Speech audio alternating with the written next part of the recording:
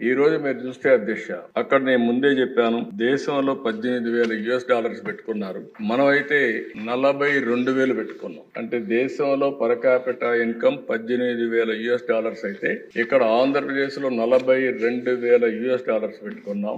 అంటే GSD per capita income 55 లక్షలు రాబోయే 47కు సాధించే లక్ష్యంగా ముందుకు పోతున్నాం. జిఎస్టిపి మీరు వచ్చినప్పుడు దగ్గర మీరు చూస్తే అధ్యక్ష 308 లక్షల కోట్ల రూపాయలు జిఎస్టిపి ఆదాయంగా పెట్టుకున్నాం. ఇది జరగాలంటే 15% సంవత్సరం మనం అభివృద్ధి కావాల్సిన అవసరం ఉంది. అయితే వెరీ అంబిషియస్ ప్లాన్, అసాధ్యం కాదు, ఇది సాధ్యం. మనం గాని సమర్థవంతంగా ప్రాధాన్యతలు పెట్టుకొని టెక్నాలజీ కరెక్ట్ గా ఉపయోగించుకుంటే ఇది సాధిస్తామనే ఒక విశ్వాసం ఉంది. గడిచిన 14-19 5 సంవత్సరాల కాలంలో సిఏజిఆర్ అంటే 5 సంవత్సరాల ఆవరేజ్ తీసుకుంటే 13.5% మనం గ్రో అయ్యాం. 14-19 కంటే కూడా 1.5% ఓవరాల్ గా గ్రో కావాల్సిన అవసరం ఉందని కూడా నేను మీకు తెలియజేస్తున్నా.